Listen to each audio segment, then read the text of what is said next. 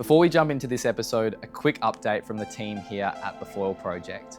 Desert Winds Downwind Foiling the Ningaloo is available online now at thefoilproject.com. If you enjoy the podcast and want to support the Foil Project, the best possible way you can do this is by renting Desert Winds at thefoilproject.com. The 47-minute documentary takes you on the 300-kilometre journey from Red Bluff to Mildura Wreck, where we get to traverse amazing coastline, see the most beautiful animals, and have the absolute adventure of a lifetime. From the live reactions of over 700 people who got to see the film on the Australian tour, I can promise that you will enjoy it. It feels right to give back to this beautiful place that gave us such an amazing adventure. So 5% of all online sales are going to be donated to the conservation organisation Protect Ningaloo. By raising awareness and taking considered action, I truly hope that we can conserve beautiful places like this around the world for generations to come. So please head to thefoilproject.com, check out Desert Winds, and I hope you enjoy this episode of the Foil Project. Cheers. Sick. We're here with Huggy Mitchell. All right, sick guys. Well, this is officially the first podcast of the Australian tour now. Yeah. So Good. for those who don't know, I made the film Desert Winds, which probably I've said about 1 trillion times now, but showing it in a couple of different places. These guys were awesome and came and saw it up in the Gold Coast. So thanks for coming, legends. Thanks for putting it on. Sick show. Yeah, it was sick. Good Sweet. film. Definitely worth the watch. Really enjoyed it. Epic. So yeah, we're joined by Adrien and Luke. Maybe you guys want to just give a quick rundown of the session we just had, because that was pretty sweet. Yeah, well, basically we were looking for waves all around the coast this afternoon, and then we were driving back to Byron to do that podcast, and Luke called me and was like, "What goes is pumping? Let's go, let's go." I've been out there on the kayak all day, you know, doing the tours and watching dolphins and whatnot, and just mind surfing these waves coming through, no one on it. Yeah. And I'm like, oh, sup surf session's on. So yeah, it was sick. Sick. Good fun. Couple, 2-footers coming through. I heard you got like a sick barrel or something today on the kayak. On the kayak, yeah. I pulled in, got a head dip. I was like, Knowing this guy, it's a legit barrel. Yeah. nah, it was a sick little wave coming off the pass, and it was like, It I don't doesn't call barrel for nothing. Yeah, sweet. This is the Foil Project podcast. Welcome to the Australian tour.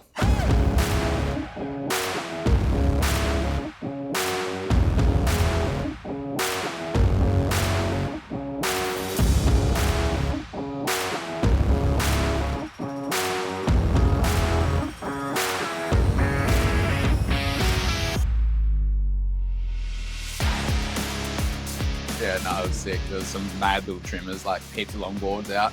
Yeah, Just cool. kind of snaked the wave off them all. And Epic. I think we also went for a downwind yesterday afternoon, which was pretty fun, but definitely light. I know you guys have had a Fun. couple light downwind runs we recently. did. Yeah, I don't know if you want to run us through them. Is that typical for this area? When we got to the start, typical, no, like we do get like good days with good winds, but like obviously like we've been training a bit for like Molokai recently, so we're trying to go as much as we can.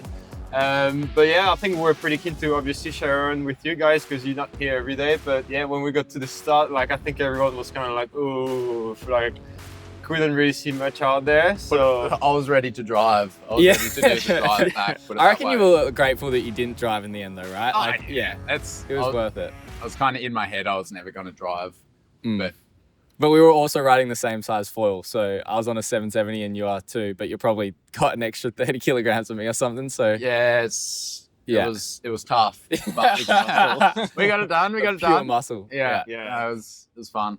Yeah. It's hard at the moment around here. Like there's some, I think Reedy was saying he hasn't really seen it before, but like, there's some water currents going opposite ways. And so when the wind's light like that and the water currents going the same way, there's no real bumps. It's all just kind of flat, which is what we kind of had to deal with until you get out into like the blue water where the current either slows down or goes the opposite way. And then you get some, standing up bumps, which I don't know, can make we're a barely challenging run standing even up, harder. but still there. The sick thing that I found was like when you first got up, like you said, it was glassy, but then you like sort of riding the swells until you eventually make it out to the wind bumps, which is cool. We don't get to do stuff like that in Perth. It's like tricky and interesting and fun. So Well, it's always like when you're downwind, I feel like there's always more energy than you think there is. There's always some small little pattern. You just gotta figure them out, and eventually, like after a kilometer or two, like you find your rhythm, and like there's always something. It's really rare, especially in the ocean, because there's always energy coming from somewhere. Yeah. As long as you sort of like trying to follow the flow of the energy, there should always be something, but would it be fun? Would it be cruisy? That's the question. it was a Not pump always. fest, that's for sure. Yeah. Yeah, we weren't doing quick Ks either. So Yeah. I don't know. What did you manage to get any quick ones, Luke? Or I think I got like a 2:11 or 2:12. Oh, damn. But That's most of pretty them solid. were that like was pretty good. most of them were like 2:18, 2:20. Yeah, I think I was more like 2:30 most of the way. Yeah, but right. Yeah. yeah, I was the same, like 2:18, my best one, I think was. So Yeah. Yeah. Yeah, I managed a couple, like, I think towards the end where the swells started kicking up. Yeah. I managed to get onto a few kind of Yeah. good swells for a while. So, Yeah, there were a few for sure. yeah. So just a little bit of a like intro to where we're sitting right now. We're basically sat at Watergoes Bay, just on a bench, like back off the beach. And you guys both like locals here. Do you live pretty close to this area? Yeah, well, I grew up in the next town south of here, so Lennox Head. Yeah. And then, lived in the area my whole life. My dad or grandparents used to live in Byron, and just kind of spend heaps of time, especially now, like up in the bay, working on the kayaks. Spend a lot of time right in that little bay. So it's, sick. Yeah, definitely feels like home for sure. Yeah, awesome. Yeah. How about for you, Adrian? Well, obviously, as you can hear with my accent, I'm not from here. I'm from France, but I lived here from the I lived here for the last 6 years, and I don't know if I consider myself as a local or not, but I'm really enjoying the place, and it's pretty epic spot to be, especially if you're foiling for sure and Yep. doing other sports. We like having him here. Sweet. What brought you here, Adrian? Like, why did you pick What this brought as me the here? location? Well, I don't know. When I decided to start traveling, I was 19. Kind of like I was really into surfing at the time, and I wanted to explore like different places. And I was like, oh, Australia surfing, like it's probably the best place in the world. So I came over here, and then traveled up and down the East Coast for a bit. But eventually, I don't know, just stopped in Byron a few times and ended up staying here. I got a job, and it sort of like worked out, found somewhere to stay, and I happened to stay here, and I'm grateful I did. Yeah, sick. It's a pretty insane place. I see why you guys like living here. Yeah. Festive, bit of a mix of everything, and Yeah. good surf, good foiling. Yeah, that's definitely my favorite thing around here. Like Luke and I kite, and we do like all the different sports. So it's very good for foiling, and also pretty good for surfing. And then it's very good all around place. Yeah. And we're also near some other really cool places too. So it's bit of everything. Wicked. Do you want to just talk us through like how you sort of got into foiling? Did you kind of get into it at the same time, or two separate pathways? What happened? You got into it before me, maybe. Yeah, I'm not too sure. Like I started kiting right at the end of my high school career. I think probably 2017. Yeah. Kind of ruined my whole high school.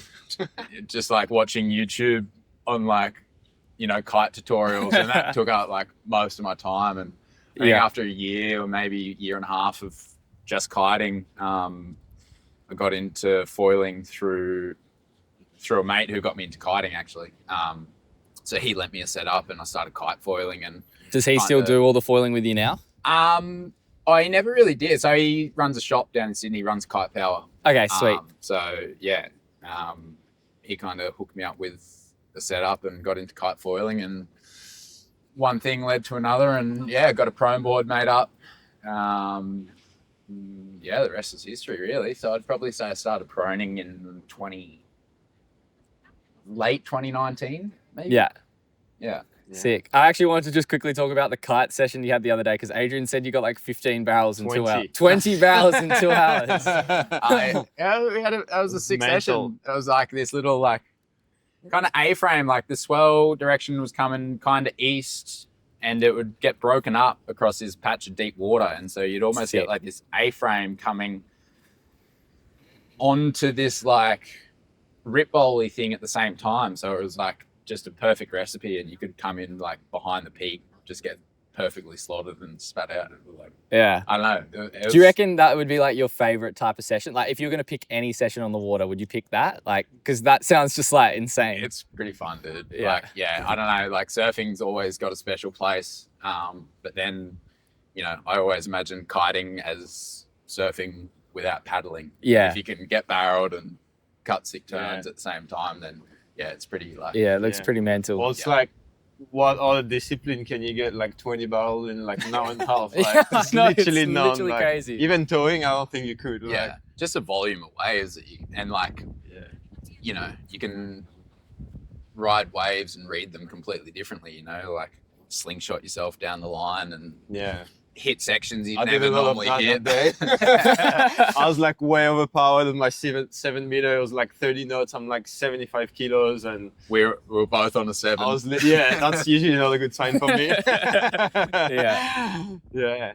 How about you, Adrien? What started the journey? So how did I got into foiling? So, well, like I said, I was like traveling and I was really into surfing, but I've always been the kind of guy like really open-minded, like wanting to try like different boards and stuff. And then I saw like a lot of people, I guess, like videos of Kailani foiling. And I was like, oh, that's sick. That's like, he can ride the wave, but the wave is not even breaking. I was like, this is crazy. So I went on Facebook Marketplace.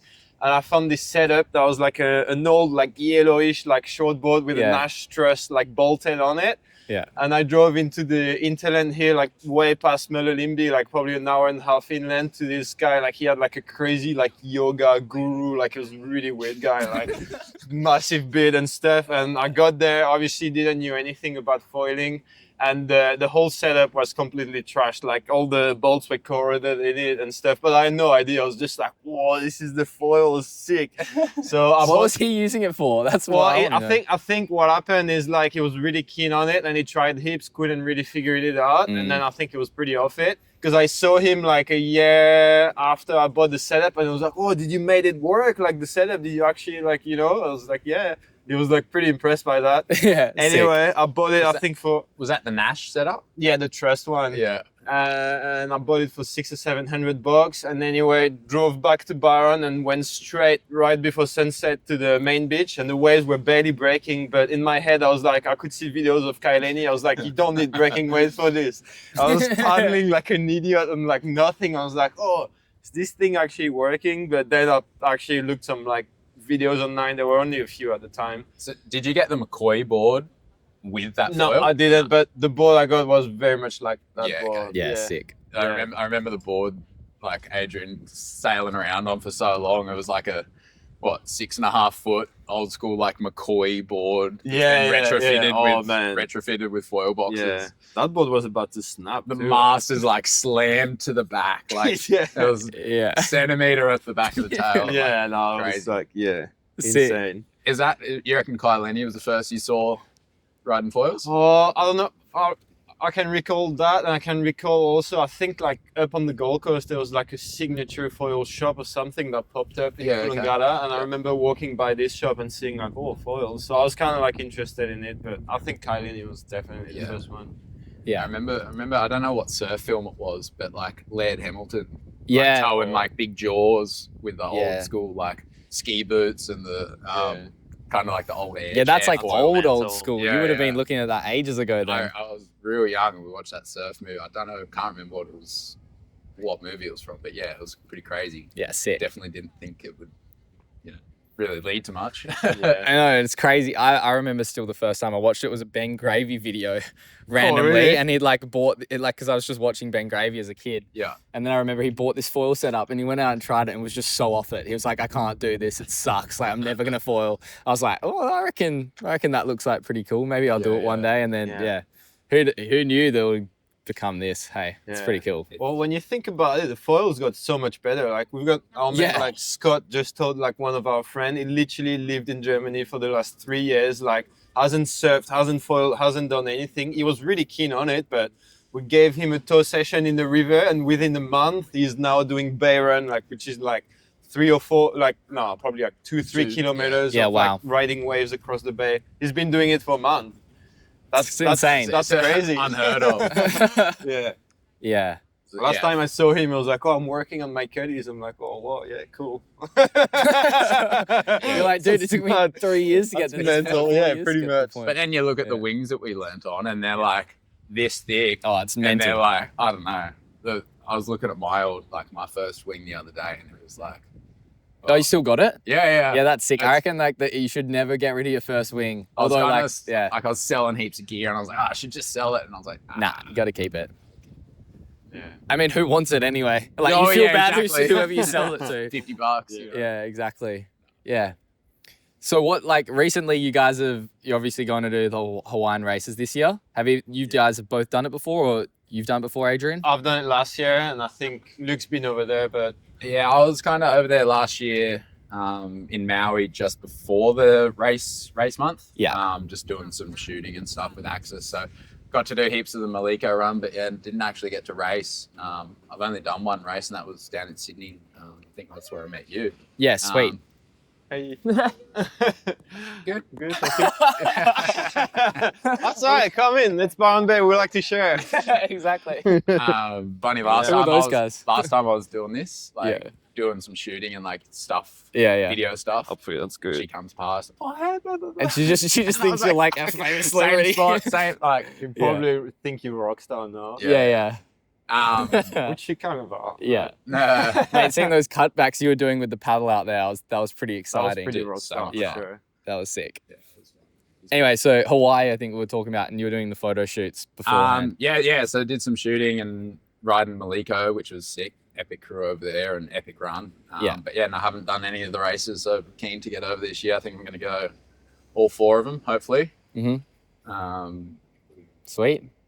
Probably. I'm excited. I'm going to do it for the first time this year as well, so pretty excited. It's a pretty good experience. Like, Yeah. It sounds full on, but good. Yeah. it is pretty full on. It is pretty full on, especially with the logistic side of it. But like, you want to get it sorted before the race, and once you're into it, it's like just pure joy, you know. Yeah. I mean, there's definitely some like, you know, like questioning and some like other stuff going on, but it's a great thing to do. Yeah. Well, everyone says the hardest part about like the M2O is getting to the start. Would you agree with that? Or? Yes and no. Yeah, I I mean, feel like there's a that's story behind yeah, that. that sounds like a good story. I mean, my start last year was pretty shocking. Yeah. But I just got caught in the boat wake. Like, I got the sickest start I could hope for, actually. Like, I just got up like straight away instantly, and then I was like, within the first few guys, I couldn't believe it. I was like, oh my god! I'm like, you know, I could see like, I don't know, just like all the top crew in front of me, and then all the escort boat like came in after like 5-10 minutes just to find the athlete, and I got caught in like the wake of like 5 or 6 of them, and like eventually I came off foil because it was like too much turbulence going on. And then came off foil, fell in the water, and then like behind me was probably like, I don't know, maybe 60-70 foilers with like, which means like 70 escort boat, and it was like the biggest washing machine like I could like you could ever imagine in the ocean. So I had no chance of getting going, so pretty much I had to sit on my board and wait for everyone to get past. And I was seeing like Fiona Wild was behind me, then I saw Marley, the other like North Team rider, like foiling past me. And then I was waiting, I was like, when is this gonna stop? Like, when am I gonna be able to like get back on foil? And I remember seeing Adam Bennett and Benny like on the boat, like cheering me, like, go Adrien! I was like so devout. I was like, oh my God, I'm like literally last, and eventually got back going after that. But yeah, I was definitely last. So that was, I won't do that this year. I'm gonna go wide out of the escort boat. Get away. Yeah, that sounds like the mistake you don't apart wanna from that, there's a few things that you want to know for sure, but it's a great race for most of it. Yeah, Pretty fun. sick. Cool. The other thing that kind of leads me on a bit to talking about like the Byron crew. So one thing that I've been traveling here with Reedy, and we reckon that like your group chat's probably the highest sponsorship ratio to members in a group chat out of like any location on earth. Yeah. So yeah. It's pretty saturated. Yeah. It's it's a good place. A lot of banter. Yeah, sweet. So obviously you're involved with like Axis now, Yep. Luke. So how did that all come about? Well, yeah, they were kind of the first, you know, that foil setup that I've got into kite foiling was Axis, and just kind of rode Axis, and through Steve at Kite Power got in touch with Adrien, and just kind of started a kind of working relationship from there, and just kept building on foiling, and never really changed up. Sick. Tried some other gear, but always come back to Axis. So. Yeah. Do you have any like things that you do with Axis? Like, are you testing their gear, or what's like sort of? Just R&D stuff. Doing prototyping. Sure. Giving feedback on wings and stuff, and then just trying to obviously push the brand and get more people on it, and try and get some sick content at the same time. Yeah, for sure. I feel like you guys and Byron are pretty good at doing that. We're pretty lucky because we got Benny living here, and it's like, this guy is the biggest frother. Like talking about the Byron crew, like we're so lucky here because like I think that's one of the thing I love the most about foiling here is the crew. Like everyone is so epic. Like it's always a good time, and even if we're not foiling, we spend a lot of time together, and the vibes are pretty high. For sure. Wicked. How long you been with Code? Well, I'm actually not with Code. So I'm not sponsored by Code. Actually, I probably need to get better at saying this. Like every piece of gear that I have, I've actually bought. Yeah. Okay. I sort of just have used Code because they were born like literally next to where I live, basically. So I know all the guys. But then I sort of decided, like with doing the podcast and stuff, it's cool to try to stay neutral. Yeah. And I feel like if I can, then I will try to stay pretty neutral. But like obviously, I love the Code gear, so that's what I've been using. And for me, like I also feel like what you get used to, it's hard to move away to something else. For sure. So it would have to be pretty bloody good for it to me want to swap, especially because then it's like spending a whole heap of more money. But I'm keen to like test heaps of gear and see how it all feels. Yeah. That's sort of what I'm hoping to do down the track. But best way to know, I guess. I know, yeah. It's always so hard. Like it's so easy to just sacrifice a whole session to trying gear and like moving it around, and you might not ever gel with it, and it's like, that was a lot of waste. Just had fun, but I know, yeah. It's all interesting, like. Because you try a new set of gear like from a different brand, and the position just on like the mast position might be off, and you get it off by like 2 centimeters, and it just cooks everything. It doesn't feel good. So it's pretty sick when you dial in your setup and you really know what you want to have. Fully. Yeah. How about you, Adrien? What happened with North? So I'm a team rider for North, and I'm frothing. Yeah. Out on the water, like with any craft, any conditions, every day. So sweet. Yeah, I love it. Yeah, epic. The other one I wanted to talk about quickly was the shark encounters. Because I've seen that video on your story, Luke. Yeah. On Instagram. I've had a pretty terrible run, I'd say, in the last pretty much my whole downwinding career. Like my first downwind run. So myself, Adrien, and a couple of other boys, Tony, I think Zane was on the run.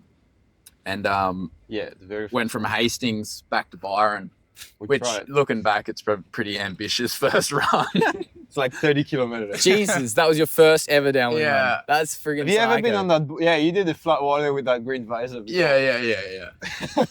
And like within 5 minutes paddling out, couple stood up in the board, whatnot.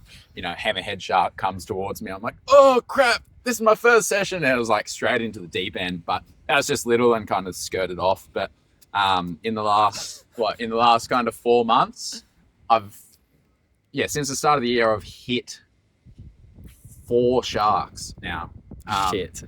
With the foil hit, run into them. I reckon that you might be like the current world record holder for most sharks hit. Didn't you hit 2 different sharks on the same run? Like one of the last flatty run we did? Nah, close. So day apart. Yeah. So I've got that one that Trev took aerial footage of that just proning out here at Watergoes. That's great. Like on a sup is bad, but I feel like on a prone is even worse. Yeah. Like it was like I seen it last minute in that dirty water, and I knew I was going to hit it, and so I just kind of jumped and tucked my legs, and I was just hoping, and you could feel it like pull the leg rope a bit, and then I like come up. I'm like, oh, I think I'm sweet, and just kind of. It fully looks like do you know that like it's similar to that Mick Fanning clip? Yeah. Where he's at like J Bay. That it's thrash. Yeah. You see it kind of go, wow. Yeah. It's crazy. I think Yeah. Trev was really scared behind the drone. Oh my God. And then like another one downwinding, and I was chasing my mate Jackson Harrigan, and I was like catching up to him, and then there was a shark following him, and as I'm chasing him, I hit the shark, and so like left me in the water there. That's pretty legit proof of speed. Yeah. Wow. and then like, yeah, just seeing a bunch others. I hit another bull shark on another run from Flatty to Tallows. And then the next day I just missed another one. And yeah, I don't know. There's been a few now, and it's, it definitely gets in my head. Like I'll be out there, Yeah, don't because blame it's you. so easy to split apart from each other. Yeah.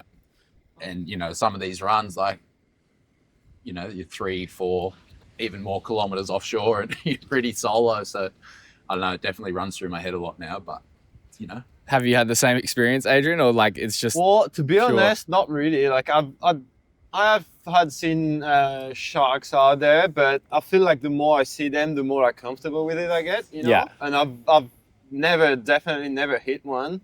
I've hit jellyfish. I've hit like actually I'm lying. I've hit like a leopard shark. They're really cute Oh, yeah. ones.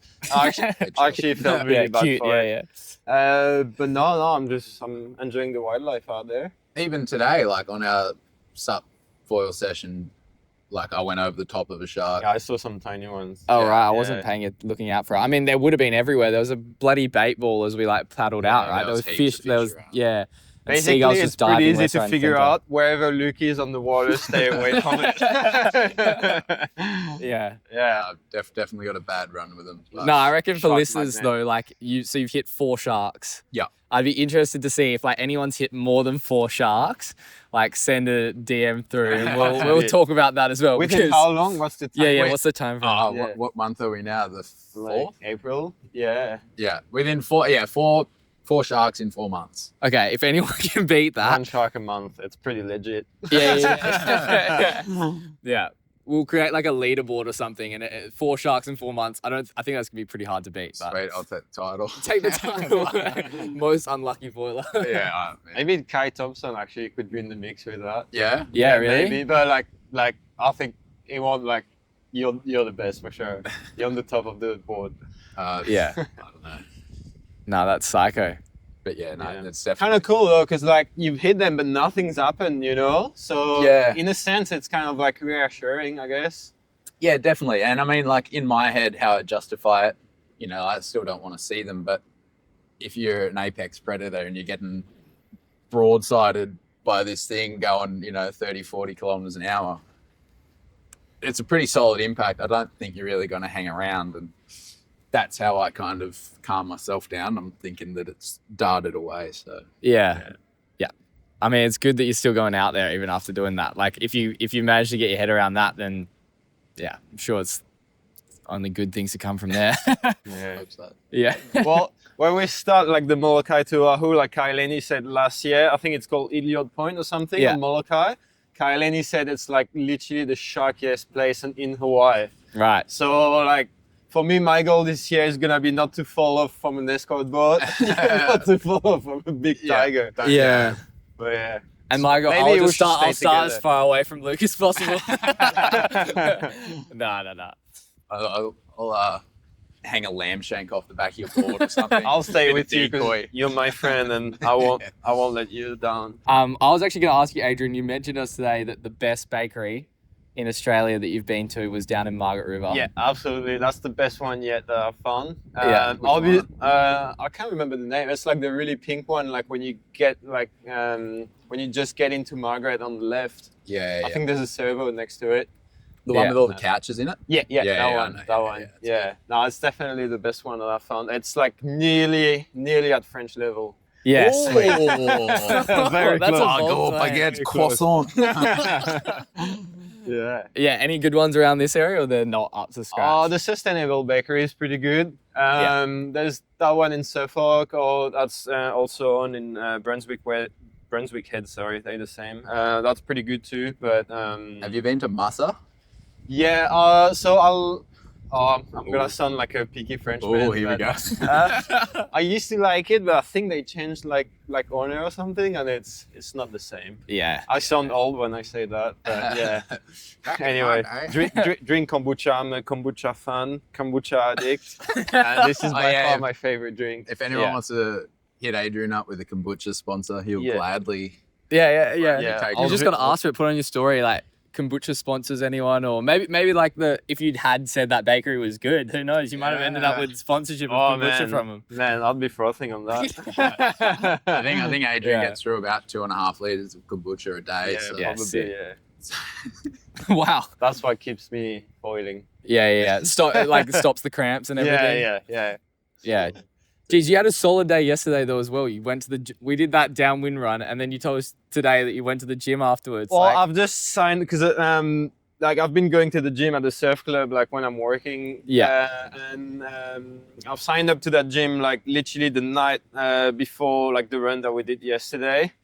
And yesterday driving back home, I was like, literally I signed up to the gym yesterday. Like I should go, and I went and did legs day, and today I could feel it for sure. So downwinder legs day, and then flat water pump session. Back to feeling like bloody lead weights on your legs. Yeah, a little bit, but I've got my kombucha, so it's all right.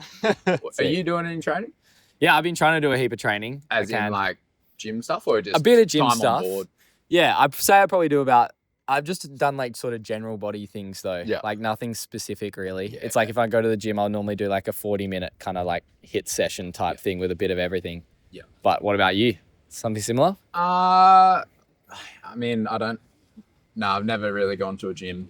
I don't know, just never really gelled with it. So I just kind of spend a lot of time on board and, I mean, I think at the end of the day, the best training you can do is on the board. Yeah, the problem for me recently is I keep getting these like little injuries from like foiling, like basically overuse injuries. Yeah, right. And it's like the alternative for going for a foil session is doing a gym session. Yeah. And it's less likely to flare up stuff. Yeah, well, that makes sense. It's, doing something and not just sitting there doing exactly, nothing. That's 100%. Oh, there's always like different options for cross training. You can go to like sup racing or even just like running or like there's always a few things that you can do. But I agree that foiling like is definitely the best training for foiling. Yeah, definitely. We actually get like you learn the skill as well. That's it. Like, that's the thing. You're comfortable with just things like mast height and where you should stand on your board and things that you just dial in more and more with time.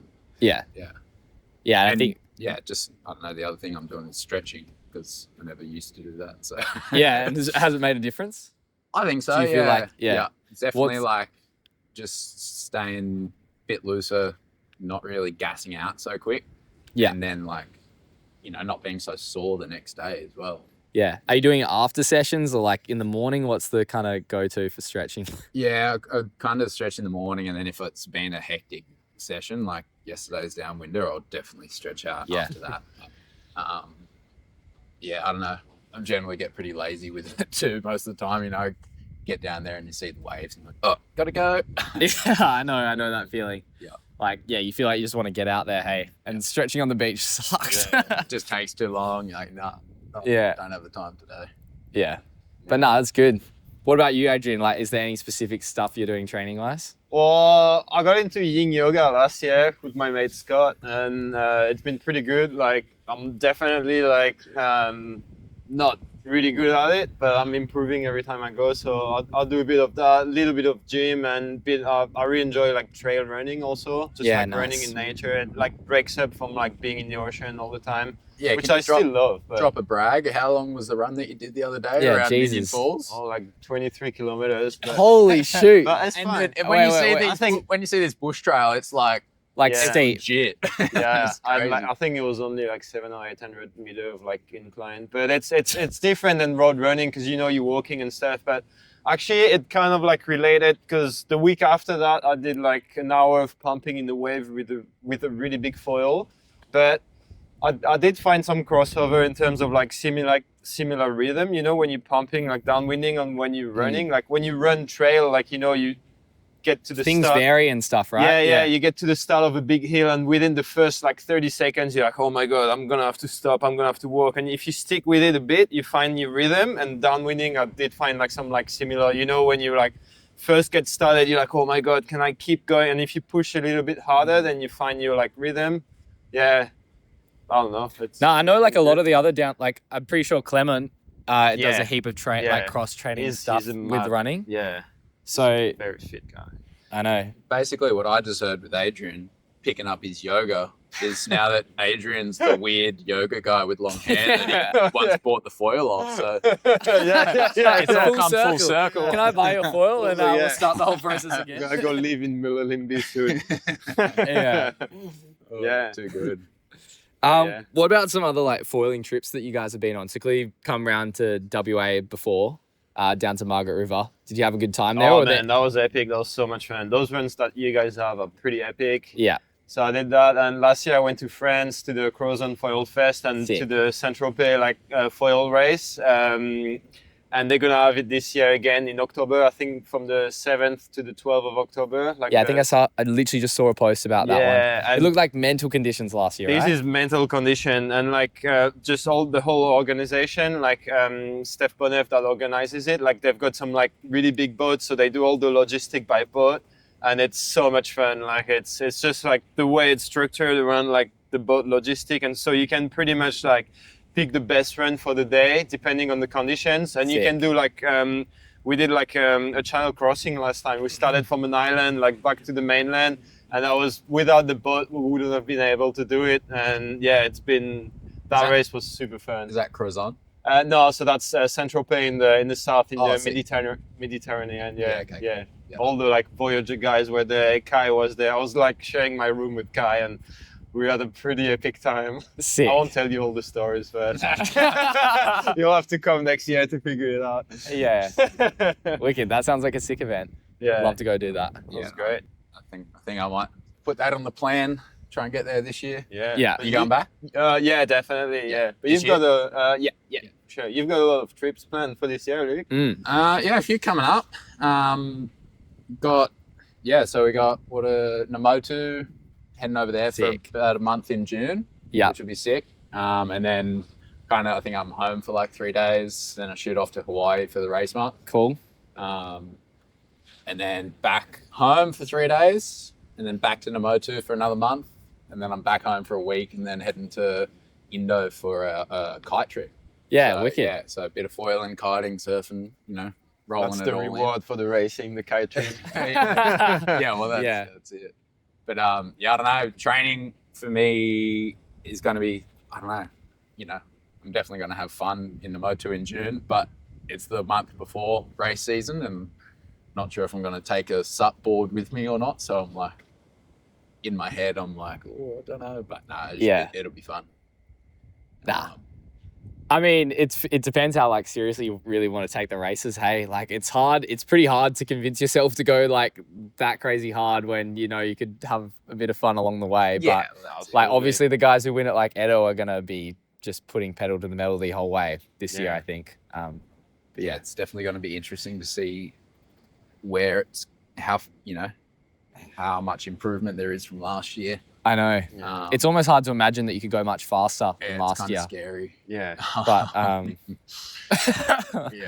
Yeah. We'll see. I think everyone's just getting so good. It's gonna be like, it's like what's gonna determine the winner is gonna be a really slim, like big, like little difference. Like everyone's gonna push it so hard, and it's probably even gonna come down to like luck or just like preparation or like really like small stuff, I think. Yeah.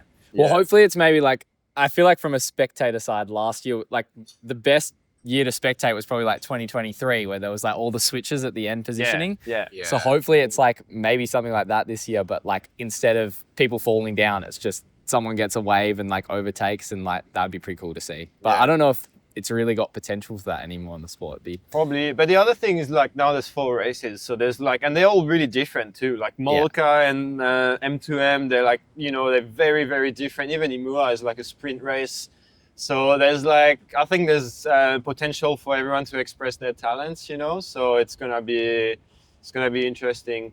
I think experience is definitely gonna come into play at some point. Yeah. Yeah. Well, you've got one under your belt now, so you're experienced. Oh, yeah. Yeah. If Luke beats We you, expect then big things, Adrian. We expect big things. Yeah. pressure is on. Do you guys reckon you like race, like when you go for runs, are you racing each other a lot of the time, or sort of like how does A little how does bit that all play sometimes, out? yeah. Yeah. Yeah, no, I think there's always, Slowly unless I'm taking a surf wing out and really purposely surfing, I'm always, I don't know, I always feel like I want to go fast. Yeah. It's just something that, you know, It's fun pretty fun thing to do, yeah. It's fun to do. You can see the, like, you know, you can compare your numbers and see the results at the end, and yeah, I don't know, it's just kind of I feel like a there's statistical thing. yeah. You know? It's kind of sweet as you like build towards a race or something, like doing lots of racing, and then you get to the end and maybe like you don't want to do that anymore. And that's like a good time to go and do heaps of surfing, downwind stuff. But also for you guys, like it's way more fun surfing a wave than downwind. So Yeah. like I get why you'd want to race downwind, because like you go out for a prone session here, it's like you're going to do way Absolutely. harder turns than you ever would downwind. Absolutely. That's, Yeah, like that's the thing. Like, we've got so much prone and so much surf opportunity. So to get out there and have that kind of opportunity to race, it's like, well, let's race. yeah, exactly. Yeah.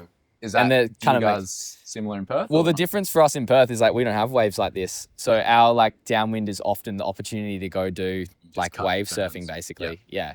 But like it vary. I think we definitely do have like times where we want to go fast. But the other thing that holds us back a bit is like the weed every now and then. So like if you got weed, it's pretty frustrating to race. Yeah. Yeah. Yeah, for sure. But that is what it is. You can definitely, like, I've been trying to do a couple racing ones, and then you pick up weed, and I'm like on a tiny foil with weed, and you're just like, fuck, this sucks. It's interesting. But it's good. It 'cause- makes, it forces you to pump a lot, and it Yeah. also makes the run like kind of longer, I guess. So that's good. But Yeah, well, it adds time and adds kilometers to the run. yeah, Yeah. definitely. It adds a component too, because like when comes like the WA race week, you know, like if you can like foil with weed on or like get it off quicker Yeah, than yeah. anyone, you know, it's like My preparation coming, like what I've realized is these long skinny boards, you can't actually like jump them very well. They don't land nicely. So what I'm going to try to do for next race week, I said it last year, but I didn't really do it. But I want to Sounds like hectic. get the small board, learn how to just bunny hop like 100% landing. And then just like, if you could do Just that, I air reckon the you just seaweed. friggin' absolutely destroy you everyone. guys are freaks. Yeah. Just jump at obstacles. Yeah. Just, well, every time you get one, just go boom and keep going. It doesn't work all the time though, which sort of sucks. But anyway, that's Yeah. the plan. We had a period here probably, 6 months ago, where I think what weed would Oh, be the like to you guys, we jellyfish. had jellyfish. Oh my god. Far out. Oh my Everywhere, god. dude. It was nuts. That was scary actually. You couldn't go like 5 meters without seeing like this Yeah. huge Where do they all jellyfish. come from? That's wild. Like they just get swept out of the. Yeah, some kind of ocean current brought heaps of them in. They were big Are they ones stinging too. jellyfish or like? Pretty sure they were called lion's mane jellyfish. Yeah. So how They have, big they like, get? I think their tentacles can get like 15 meters. Are you long or kidding? Yeah, me? no, It's that was far huge, out. Yeah. They don't really sting you, but they'll drop you off your foil for sure. Yeah. Jesus. Yeah. Little brains floating around. It's pretty It's so nuts. hard because you can only see them last second too, and when you're going like 34 k's an hour down the face of a massive bump, and you see like 3, it's actually super gnarly, man. Because you can like Yeah, you can hurt yourself pretty good, you know. yeah. Like it's a Going big down jelly. that fast, Yeah, yeah, that's wild. yeah. It's just like hitting a rock at that speed, pretty much. Oh Like, yeah. yeah. That's crazy.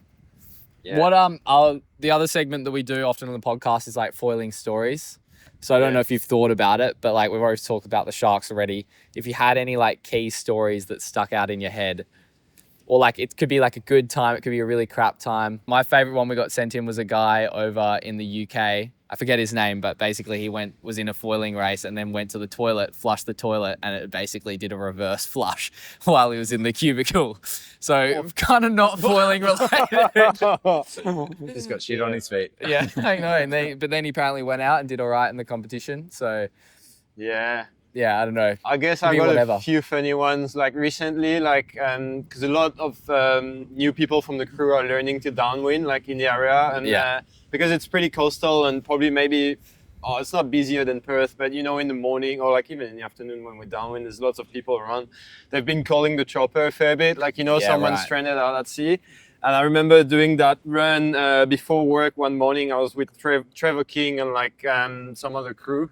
And we did the run anyway, finished the run, and then went to work straight away, and I work as a lifeguard. And when I got to work, turned on the radio, and they were like looking for some like stand-up paddler that was falling off his boat. And I'm pretty sure that was Trevor, because like he told me that he fell off the tea tree lake, but he pretty much got going like instantly after that. Like I think he was trying a new setup, so he was maybe struggling a bit, but within a minute he got going again. So basically I nearly got sent out to like search for Trevor that was on the run that I just did like 20 minutes before. So I thought that was pretty funny, like, you know, like. Yeah, imagine you come out, were you going out on jet ski or something? Yeah, I was like getting ready with the ski and stuff, and then I called Surfcon. I was like, yeah guys, I went for a downwind run. Like I know exactly like what happened, but it's a bit of a tough one with those ones, because you can't know for sure, you know, unless you go out. Yeah. So anyway, I had to go out there to like try to find Trev that I literally dropped back to his car like 10 minutes before. So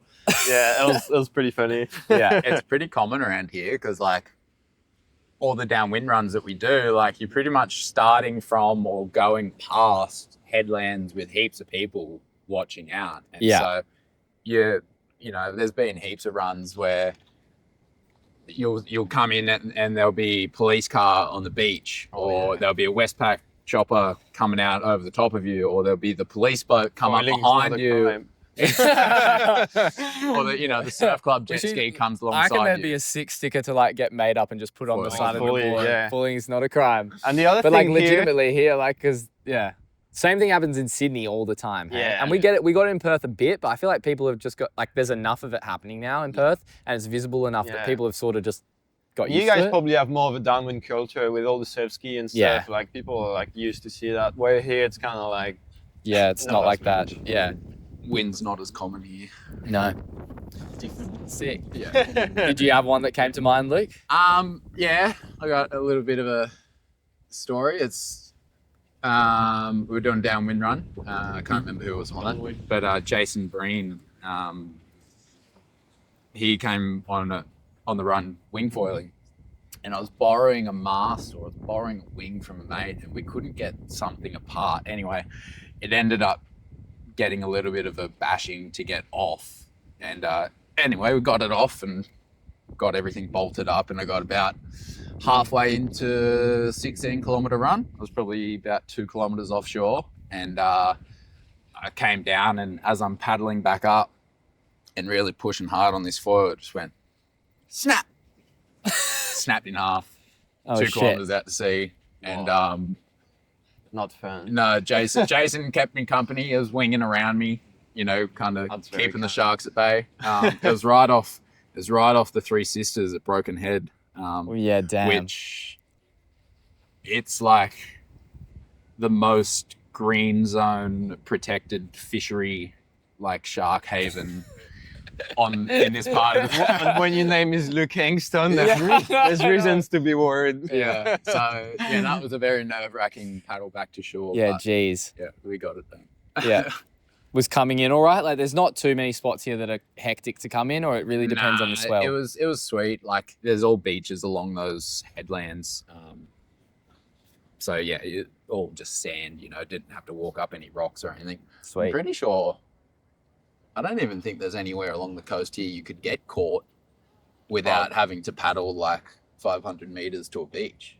Yeah, well, there's sections, but they're not big. Yeah. Like the even biggest the thing is you Cape, just have, like, 500 meters each Yeah. way, and you're on the beach again. probably you know? like Fly to Lennox, like 700-800 meters. But yeah, it's pretty chill. Like, Yeah. There's always somewhere you can get in. Yeah, that's sweet. Well, maybe we've probably got heaps of time now. It's getting pretty dark and cold. I was going to say, it just got It's windy. windy. Yeah, it's got windy. It's got downwind. Don't win. If you wanted, like, maybe just a final thing to finish off is like, what do you guys want to, or do you have any things you're looking forward to doing in foiling, or any plans, like aspirations for it? Like, what are your goals related to foiling, I guess? Anything that I'm looking forward to, I don't know, just Yeah. keep on reaping, and I'm really enjoying like being able to like, you know, do different like surfing, downwinding, the winging, the kiting and all that. So I think for me, I'm really enjoying that, but something to look forward to, I think downwind adventure, just like what you did with Desert Wind would be the next step for me for sure. Like a bit of a longer run. And Do you guys have Yeah. anything in mind? Like, have you talked about some stuff before? We had with Kai a little bit, but yeah. Yeah, well, keep us posted if any. We want to hear it when you do it. Yeah. So yeah, go crazy. If Kai's in it, you'll hear about it. Yeah, sick. And yeah, I don't know, it's probably the same for me. Like, just keep getting on the water as much as possible. You know, like I feel like everything we do, it's just, you know, for me, it's to maximize time on the water. And so just getting out there, you know, every day and having fun. And yeah, I think that idea of, you know, an adventure project is definitely high on the list. We had spoke about a bit of a plan with Trev a little while ago, and then I think it got done, and so I think the drive to get it done for us kind of fell away a little bit. But you know, it'd still be cool to do that. But yeah, try and find some other plan for ourselves. And yeah, I mean, at the end of the day, there's things plenty to of do. things that Yeah. have never been done before, and like, Yeah. there's opportunity to go do something So many- crazy. Yeah, just Yeah. make sure you're not gonna kill yourself in the process, Well, basically. that's the problem with Kai. That's the Is only this Kai thing. Thompson you're talking about? Yeah, Kai Thompson. Yeah, he's Yeah. crazy. Yeah, he is child. crazy. Yeah. Yeah, wild. But he's a good crazy. Yeah. Very good crazy. All right, Yeah. sweet. Alright, Thanks, guys. thanks for having us on, bro. Thanks so much for Appreciate having it. us on. Yeah. Well, thanks for showing us a good time around here and having a good couple sessions. We're Yeah, stoked. Thanks for So- coming. Are you gonna come to Foil Fest at all? Or? Yeah, I'm coming. Oh, yeah. Oh, Yeah. sick. That's gonna Fuck be yeah. fun. Oh yeah, well I'm actually super excited for that. Yeah. Yeah. You guys went last year? Are you, yeah. Are you staying here until then? Yeah. So no, basically my plan is just my plan is I'm in the Goldie right now. Gonna drive up to the Sunshine Coast on like Thursday, which is tomorrow. Yep. Or Friday. I haven't quite decided yet. I'm staying with Tibby up sick. on the sunny sick. coast. Yep. And then I'm gonna head back. I fly over to Sydney on like the 8th. And then Foil Fest is on like the 15th. Yeah, cool. So got like a week in Sydney and then heading up to Foil Fest, Sick. which will be sweet. And then wicked. from there I've booked a flight to Tassie, which is gonna be pretty Oh, sick. Unreal. Never been to Tasmania before. And then going into Melbourne and then finally to Adelaide and then back Sick. home. Full tour. Yeah, it's gonna be sweet. Pretty Yeah. cool. Pretty excited. But yeah. There's a lot of organising behind it. Yeah, so it much, takes so much time and like promote. Like you guys were actually super. I'm pretty grateful that like so many of the Byron crew came up because it's like you try to convince people to come and it sometimes feel like you're It yelling into wasn't a hard to void. do though. I think everyone Nah. was pretty keen. Yeah, and sick. Yeah, like if you guys are in Sydney, Adelaide, and like wherever else you're going, Melbourne and stuff, I highly suggest you go and see it because the movie was sick. Yeah. And it wasn't just only foiling. There's all the adventure side of it, and like even the beauty of like where you went and like all the story was. It was My pretty favorite sick. thing is my two mates on the trip, Fishing. JB and Jar. Yeah, They're that was they're really hilarious. That was really They're good. so funny. Yeah. No, go and He watch never it. caught a fish, did he? Well, he actually, it's funny. We are. Just leave it at that. No. It was so funny because we Poor did like the premiere in Perth and he was there and he gets up, like we did some Q&A at the end. He gets up, he's like, guys, just so you know, I actually did catch like a few fish. Like Hugh just didn't put it in. But it's all right. Yeah. Sure. Sure. I didn't see him. I haven't seen him.